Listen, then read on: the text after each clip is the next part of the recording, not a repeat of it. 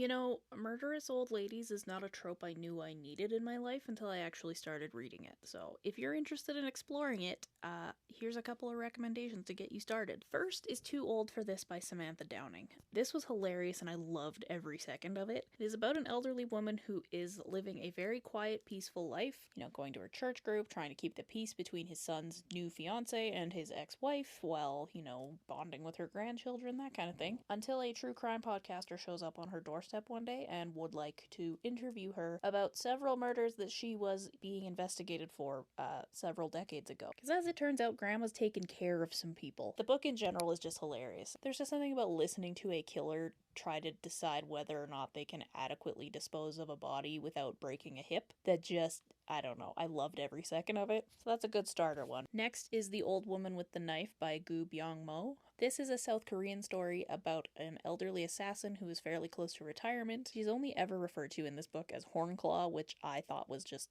great. And the story basically follows Hornclaw as she tries to figure out who has it out for her. Is it someone in her agency? Is it someone trying to get revenge for one of her killings? That kind of thing. It was very good. The narrative structure is a little bit different, but I really enjoyed it. Next is Killers of a Certain Age and Kills Well with Others by Deanna Raybourn. The vibe of this book is kind of if you took that Bruce Willis movie Red and crossed it with The Golden Girls. So the book is about this group of women who were the very first all-female team of assassins in the organization that they work for, which is called the Museum. They're kind of all in their mid-60s and they have recently retired, so the museum is sending them on this cruise.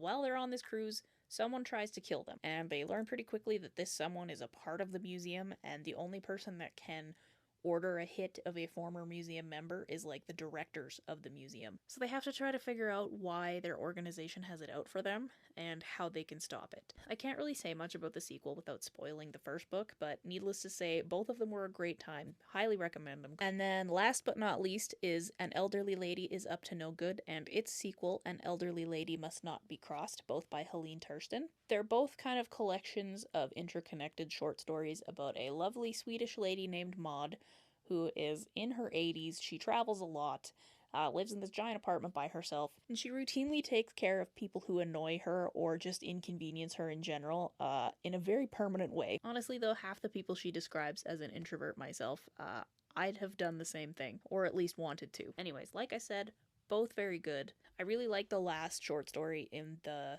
second book, and it kind of made it feel like the end, so I don't know if there's going to be like another sequel. But yeah, those two are also very good. Those should be enough to get you started. I will keep you posted and do a part 2 if I find more that are worth talking about. But yeah, give them a shot. You will not be disappointed.